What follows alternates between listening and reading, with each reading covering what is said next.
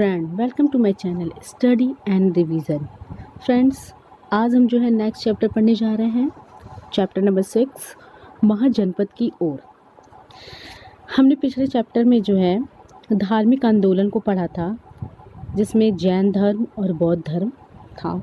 Next chapter हमारा आज का जो है वो है महाजनपद। स्टार्ट करते हैं। आप जानते हैं कि आपका जनपद जिला कई तहसीलों से मिलकर बना है। कई जनपदों से मिलकर आपका प्रदेश बना है। इसी प्रकार प्राचीन काल में छोटे छोटे जनपद मिलकर महाजनपद बन गए। तो हम पहले ये समझते हैं, चैप्टर का नाम है महाजनपद की ओर।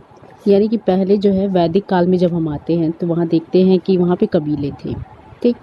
फिर धीरे धीरे उत्तर वैदिक काल में जो है वो कबीले और बड़ा रूप लेते गए और एक टाइम ऐसा है कि वो जनपद में बदल गए। फिर वही जनपद मिल करके जनपद में कन्वर्ट हो गए। तो महाजनपद होता क्या है? महाजनपद कई जिलों का समूह। महाजनपद जो होता है उसको हम कहेंगे कई जनपदों का समूह। कई जनपद का समूह जो है क्या होता है? महाजनपद कहलाता है। जन से जनपद, आगे जो है बताया गया है जन से जनपद। वैदिक काल में किसी कुल, जनजाति या लोगों के समूह को जन कहा जाता था। प्रत्येक जन का राजा होता था। लगभग 600 ईसा पूर्व में जन का राजा अब जनपद का राजा माना जाने लगा। मैंने आपको बताया ना कि वैदिक काल में जो है कबीले होते थे, वो कबीले जन में बदल गए, फिर वो जनपद में बदल गए। एक छोटा ग्रुप था कबीला, फिर उससे बड़ा आया जन, फिर उससे बड़ा आया जनपद और सबसे बड़ा आ गया महाजनपद।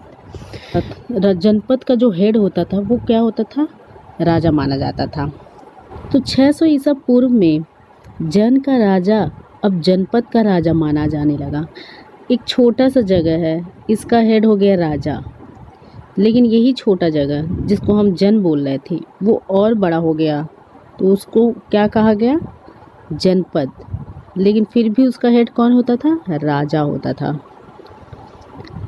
जनपद का शाब्दिक अर्थ होता है जन के बसने की जगह। ऐसा भूखंड जहाँ कोई जन अपना पांव रखता है अथवा बस जाता है। जनपद, पद मतलब पैर, जन मतलब लोग। ऐसी जगह जहाँ लोग रहते हों उसे हम क्या कहते हैं? जनपद कहते हैं। महाजनपद क्या होता है? हमने बताया ना, कबीले से जन, जन से जनपद, जनपद से महाजनपद। बस नाम बदलता गया, ग्रुप बढ़ता गया, नाम बदलता गया। तो महाजनपद क्या है? कई जनपदों का समूह है महाजनपद।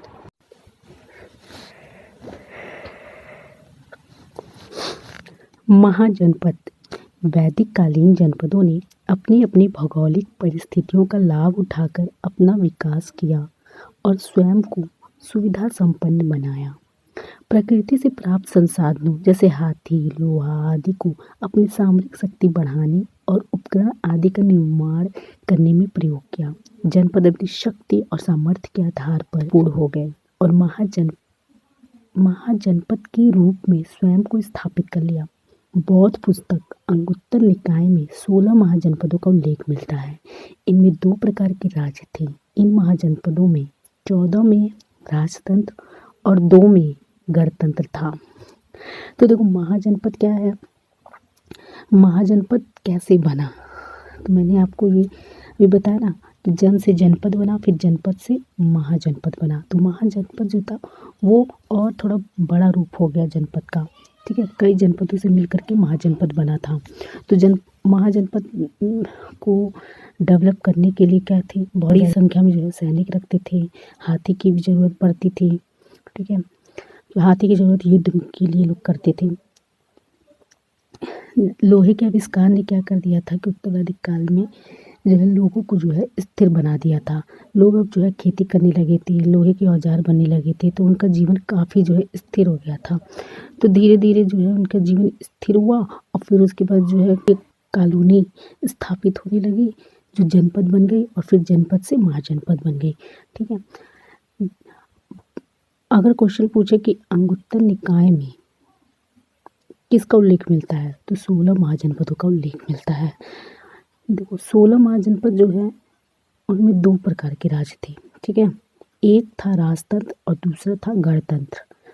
राजतंत्र जो थे उनकी संख्या 14 थी और जो गणतंत्र राज्य उनकी संख्या 2 थी।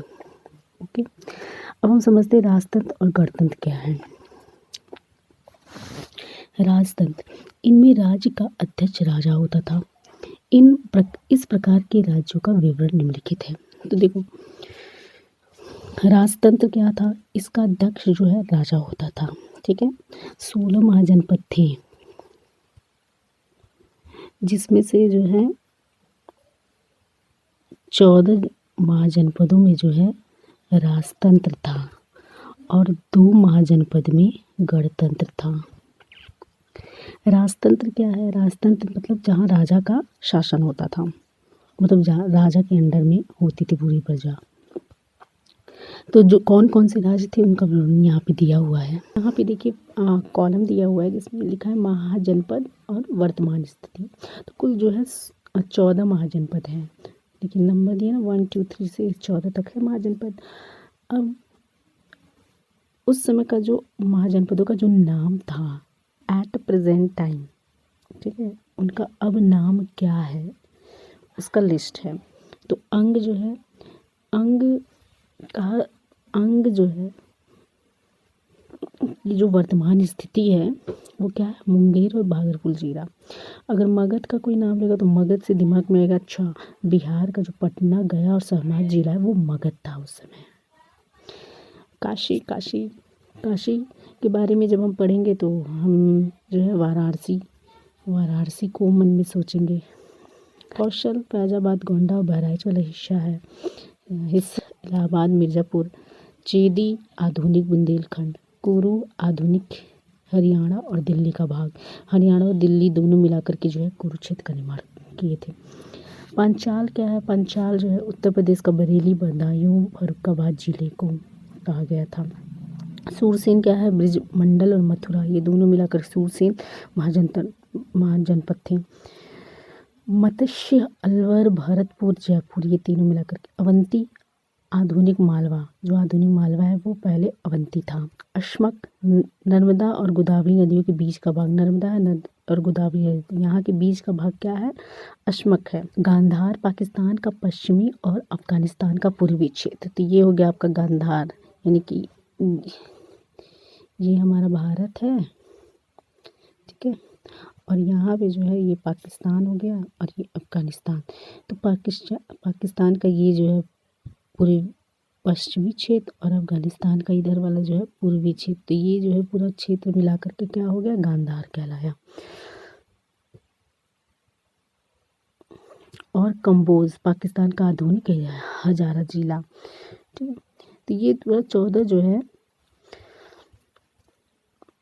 और हमने बताया कि 16 महाजनपद होते थे जिसमें 14 राजतंत्र था और 2 एक है आपका वज्जी और एक मल्ल। ये दोनों जो है इसमें जो है गणतंत्र व्यवस्था थी।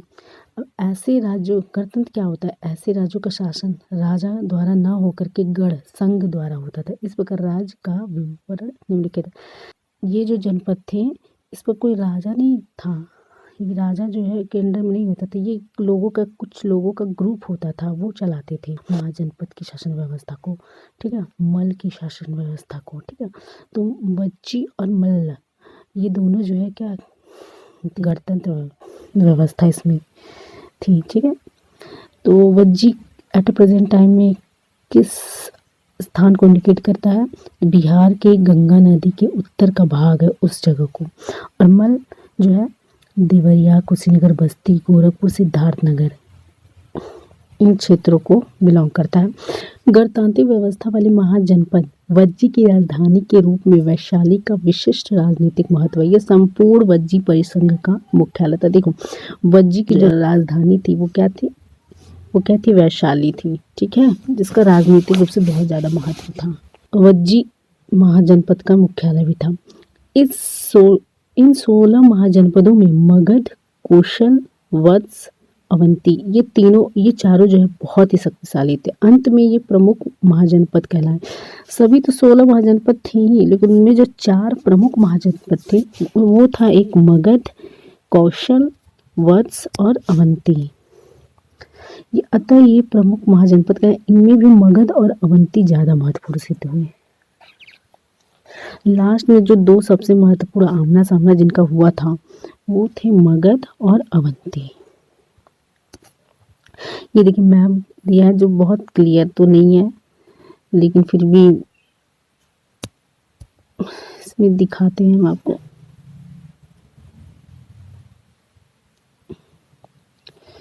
ठीक है, ये आपका मैप है। ये रहा कंबोज जो पाकिस्तान का जिला है, हजारा जिला वहाँ का, वहाँ जिसे आप पाकिस्तान का हजारा जिला कहते हैं। गांधार देखिए, मैंने बताया था ना कि ये जो है पाकिस्तान और पाकिस्तान के पश्चिम और अफगानिस्तान के पूर्व में बसा हुआ है। कुरु देखो, दिल्ली और हरियाणा वाला क्षेत्र कुरु है। उसी तरह से मल्ल हो गया, कुशल हो गया, वज्जी, चेदी क्लियर नहीं है, मगध, ठीक है, अवंती, मत्स्य, सुरसेन, स्मक, अंग, 16 महाजनपद ये सब पूरे हैं। ठीक है, जिसमें 4 प्रमुख महाजनपद कौशल, अवंती, वत्स और मगध। ठीक है, अब जो है लास्ट में क्या होता है, एक साम्राज्य बनता है, यानी कि 16 महाजनपद रहते हैं, उसमें से एक ऐसा महाजनपद होता है जिसका नाम है मगध, और उसी में सारे 15 महाजनपद होते हैं, आकर के उसमें मिल जाते हैं। ठीक है, फिर यहाँ के प्रशासन, समाज और लोगों के जीवन में बदलाव देखते हैं कैसे होता है। महाजनपद काल में राजा की शक्ति बढ़ गई थी। कैसे बढ़ गई थी कि वो जो है बड़ी बड़ी सेनाएं रखते थे। ठीक, अब वह एक अति विशिष्ट व्यक्ति बन गया था और वह समाज का रक्षक भी था, क्योंकि उसके अंदर भी कई सारे जनपद आ गए थे ना, इसलिए अब उसकी जो जिम्मेदारी थी वो बहुत विशेष बन गई थी। ठीक है, और एक तरह से वो समाज का रक्षक भी बन गया था। उसका मुख्य कर्तव्य दुश्मनों से प्रजा की रक्षा और राज्य में शांति व्यवस्था, कल्याण और न्याय करना था। मतलब हर तरह से वो सर्वे सर्वा हो गया था, जनता का सेवक भी हो गया था, सर्वे सर्वा भी हो गया था।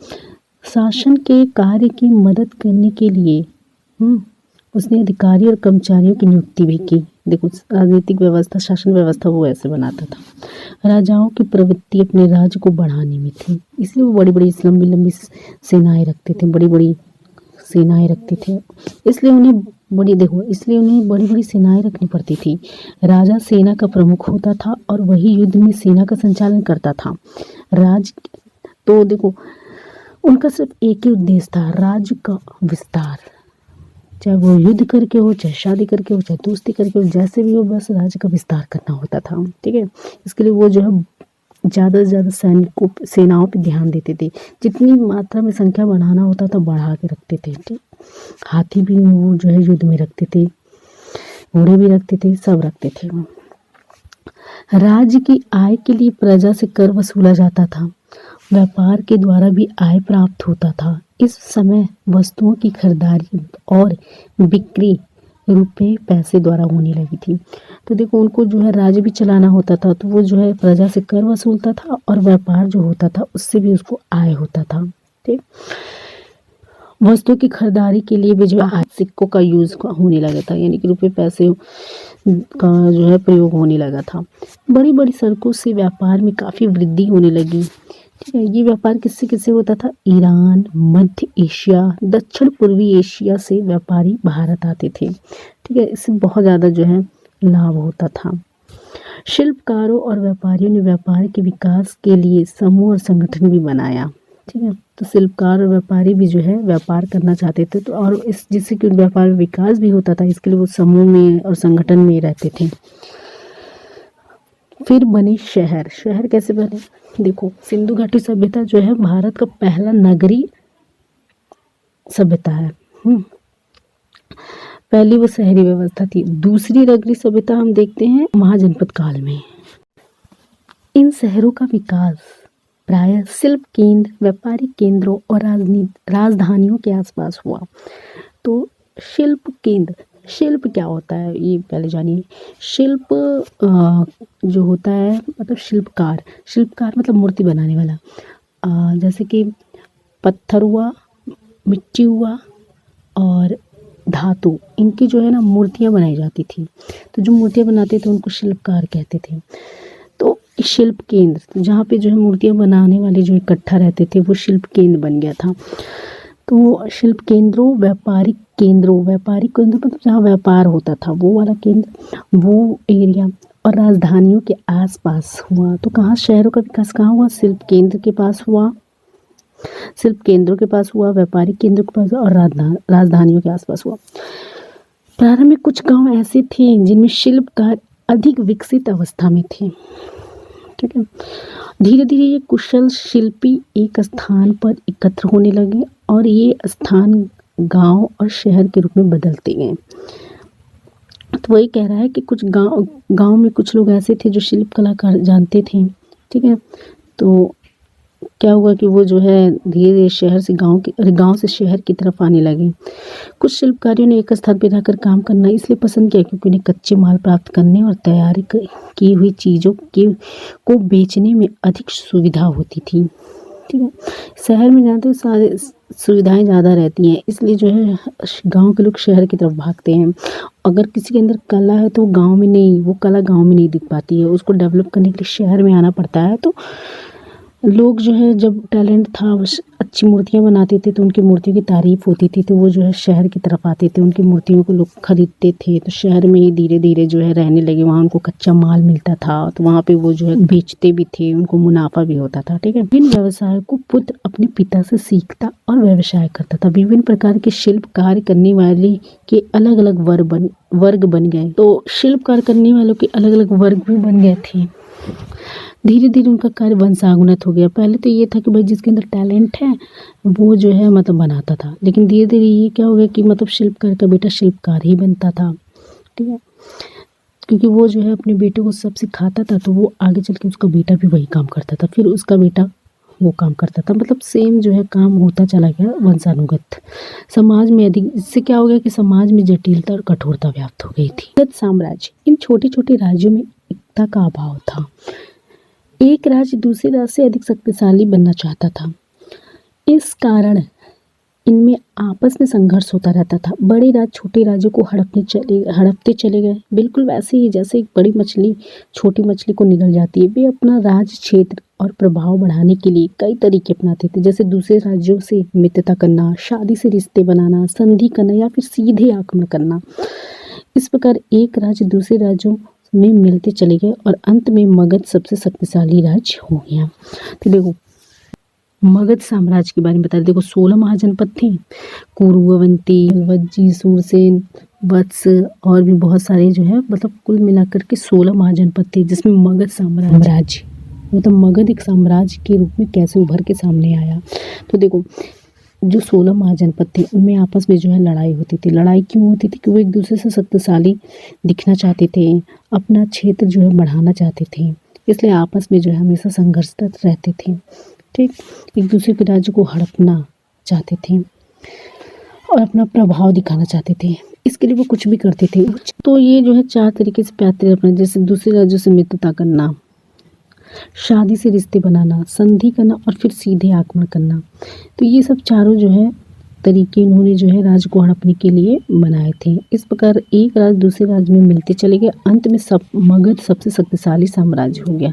तो सबसे शक्तिशाली साम्राज्य बना कौन सा बना? मगध बना। ठीक है।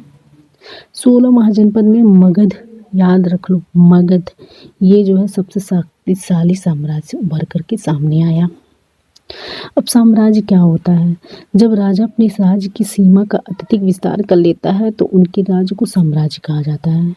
मतलब कि पहले जो है मगध क्या था? एक महाजनपद था। 15 महाजनपदों पर उसने विजय प्राप्त कर ली, उसको अपने अंडर में मिला लिया, तो वो क्या हो गया? साम्राज्य बन गया। 4वीं शताब्दी ईसा पूर्व से नंदों के साम्राज्य की स्थापना तक मगध में क्रमशः 3 राजवंशों का शासन हुआ, हर्यक वंश, शिशुनाग वंश, नंद वंश। इनका शासनकाल लगभग 220 वर्षों तक रहा। घननंद नंद वंश का अंतिम शासक था। उसके शासनकाल में सिकंदर का भारत पर आक्रमण हुआ था। मगध साम्राज्य के शासकों ने अपने साम्राज्य के और अधिक विस्तार की नीति अपनाई। उनके पास एक विशाल सेना थी जिसमें हजारों घुड़सवार हाथी भी थे। यही कारण कि मगध राज्य एक विशाल साम्राज्य बन सका। तो देखो, मगध राज्य जो है बहुत ज़्यादा शक्तिशाली साम्राज्य बनकर सामने आया। ठीक है, और जो मगध साम्राज्य को शक्तिशाली बनाए उसमें 3 वंश आते हैं, 3 राजवंश। कौन कौन से आते हैं?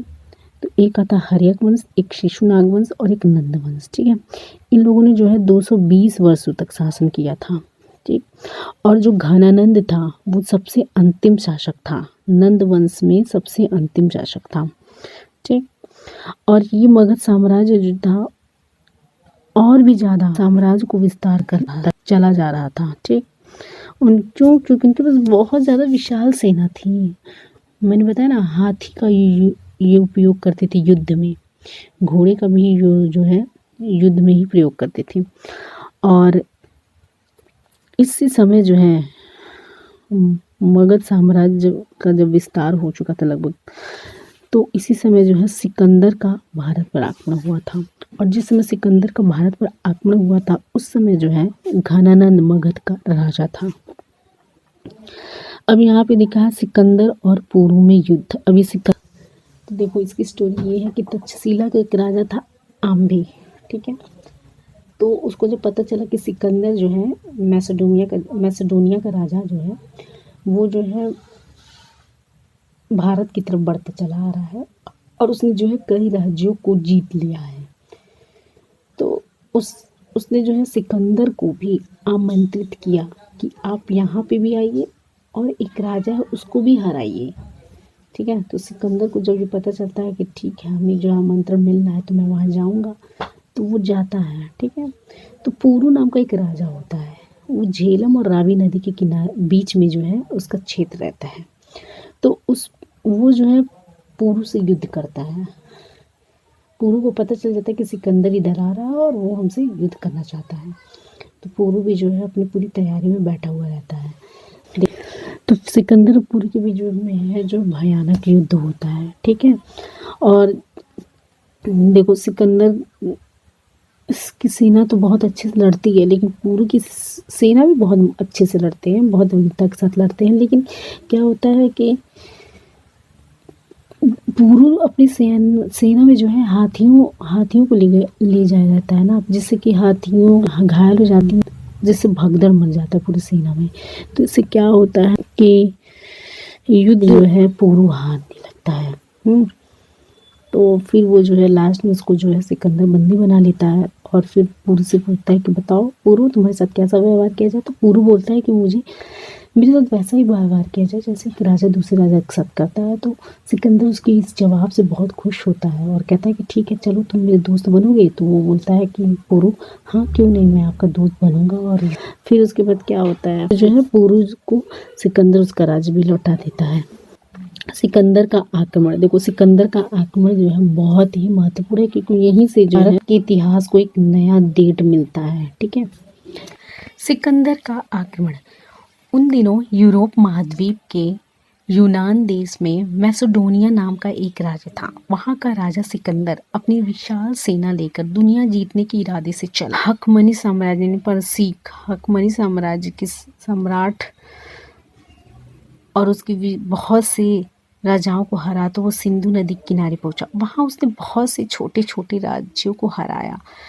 इनमें से एक राजा था पुरु, जिसकी कहानी चित्रकथा के रूप में आपने पढ़ी। अब सिकंदर की सेना लड़ते लड़ते थक चुकी थी। जब उसने मगध के राजा घनानंद की विशाल सेना के बारे में सुना तो मगध की सेना से लड़ने से इनकार कर दिया और वे मैसेडोनिया लौट गए। तो देखो यहाँ पे जो है थोड़ा सा जो है सिकंदर के बारे में इंट्रोडक्शन दिया हुआ है। बताता है कि सिकंदर कौन था, तो वो जो है मैसेडोनिया का राजा था।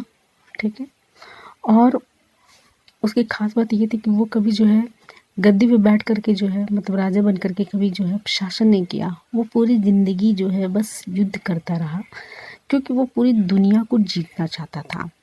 उसने जो है हकमनी साम्राज्य के राजा को भी हराया, उसको भी, और बहुत सारे राजाओं को हराता हुआ जो है वो भारत सिंधु नदी के किनारे पहुंच गया। ठीक है, और जितने भी राज्य थे छोटे छोटे सब वो हराता हुआ जो है वो पूर्व तक पहुंचा। और जो स्टोरी दी है वही उससे रिलेटेड है। देखो सिकंदर जो है कि सेना भी जो है पूरी लड़ते लड़ते एकदम थक गई थी। वो अपने परिवार के पास वापस जाना चाहती थी, उनमें हिम्मत नहीं थी लड़ने की। और ये भी पता चल गया था सिकंदर को कि घनानंद जो है एक बहुत ही विशाल सेना रखा हुआ है। तो उसने जो है मगध की सेना से लड़ने से इनकार करके फिर वो वापस अपने घर मैसेडोनिया चला गया। सिकंदर के आक्रमण का प्रभाव, राजनीतिक क्षेत्र से ज़्यादा सिकंदर के आक्रमण का प्रभाव सांस्कृतिक क्षेत्र पर पड़ा। जैसे सिकंदर ने भारत पर 326 ईसा पूर्व में आक्रमण किया। सिकंदर के भारतीय आक्रमण के विवरण से भारतीय इतिहास की तिथि निर्धारण में सहायता मिलती है। देखो इसका क्या प्रभाव पड़ा, तो इससे जो है भारतीय इतिहास की तिथि का निर्धारण हुआ। जब उसने आक्रमण किया तो उस डेट से जो है भारतीय इतिहास स्टार्टिंग जो तिथि वो मानी गई थी। भारतीय इतिहास की तिथि का निर्धारण किया गया था। सिकंदर के आक्रमण ने भारत के द्वारा यूनानी संपर्क और प्रभाव के लिए खोल दिए। अब देखो सिकंदर का आक्रमण से ये भी फायदा हुआ कि अब भारत के लोग जो है ना यूनान लोग के संपर्क में आने लगे, क्योंकि वहाँ से जो है सिकंदर के जीते हुए राज्यों पर जो है यूनानी आकर के जो अपना प्रभुत्व स्थापित करते यूनानियों का अधिकार हो गया था। तो इससे क्या हुआ कि यूनानी भी जो है भारतीयों के संपर्क में आए और भारतीय भी जो है यूनानियों के संपर्क में आए थे। इस घटना के बाद विदेशों से घनिष्ठ व्यापारिक और सांस्कृतिक संबंध स्थापित हुए हैं। तो विदेशों में भी जो है व्यापार से संबंधित और सांस्कृतिक एक दूसरे के कल्चर को अपनाते थे। भारतीय शिल्पकला और ज्योतिष विज्ञान के क्षेत्र पर यूनानी लेखकों का गहरा प्रभाव पड़ा। तो जो लेखक थे उनका भी जो है भारतीय शिल्पकार जो मूर्ति बनाते थे उन मूर्तियों की बनावट के बारे में जानना चाहते थे। ज्योतिष विज्ञान भी उस समय जो था उनके बारे में भी जो है लेखकों का गहरा प्रभाव पड़ता था। भारतीय सिक्कों पर यूनानी सिक्कों का निर्माण शैली का प्रभाव दिखाई देता था। पहले जो भारतीयों के सिक्के थे वो आहत सिक्के होते थे, ठीक है, उसमें लेकिन बाद में जो क्या हुआ कि उन्होंने यूनानी सिक्कों को भी देखा तो उनसे जो है उनकी जो बनाई गई शैली थी, जो डिज़ाइन या फिर जो भी उनका बनाने का तरीका था उसको जो है भारतीयों ने भी अपनाया। तो इस तरह से क्या हुआ कि सिकंदर महान के आक्रमण से देखो इतिहास की तिथि का निर्धारण हो गया। फिर विदेशियों से उनके जो है व्यापारिक सांस्कृतिक संबंध भी स्थापित हो गए। भारत में जो है यूनानी संपर्क और प्रभाव के दरवाजे भी खुल गए और भारतीय सिक्कों पर भी जो है यूनानी सिक्कों के निर्माण की जो शैली थी वो भी साफ साफ दिखने लगी, ठीक। और भारतीय शिल्पकार और ज्योतिष विज्ञान के क्षेत्र पर भी यूनानी लेखों का गहरा प्रभाव पड़ गया। यहाँ पे जो है बॉक्स में दिया हुआ मगध साम्राज्य के वंश। तो देखो पहले हर्यक वंश था, ठीक है। हर्यक वंश में जो है बिंबिसार ने ही जो है हर्यक वंश की स्थापना की थी। लगभग जो है 544 से 412 ईसा पूर्व। फिर शिशुनाग वंश दूसरा आया और लास्ट में आया नंद वंश, ठीक। नंद वंश का जो अंतिम शासक था वो कौन था? घनानंद था।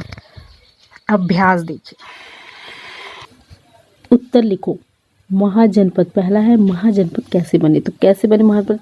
तो कई जनपदों का समूह मिलकर के महाजनपद का निर्माण हो किया। 16 महाजनपदों में सबसे प्रमुख 4 महाजनपद कौन थे? तो सबसे प्रमुख 4 महाजनपद थे कौशल, अवंती और वत्स और लास्ट में मगध।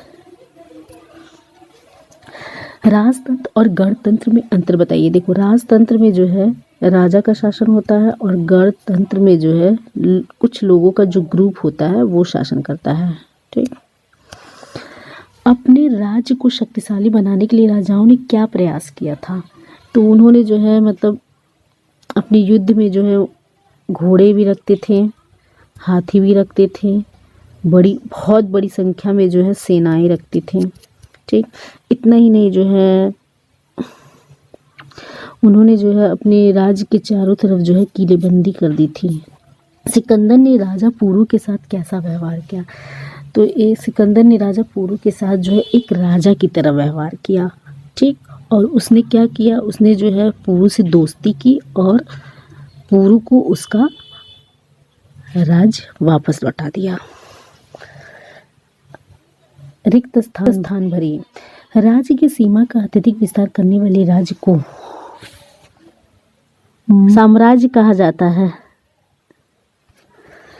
महाजनपद काल में राजा प्रजा का रक्षक था। घननंद के समय सिकंदर भारत आया था। और आम भी तक्षशिला का राजा था। तक्षशिला कहाँ है? पाकिस्तान में है, ठीक है। तो ये हो गया अब आप लोग का ये भी चैप्टर हुआ फिनिश। तो अब हम जो है नेक्स्ट वीडियो में नए चैप्टर के साथ मिलते हैं। तब तक के लिए बाय बाय, टेक केयर।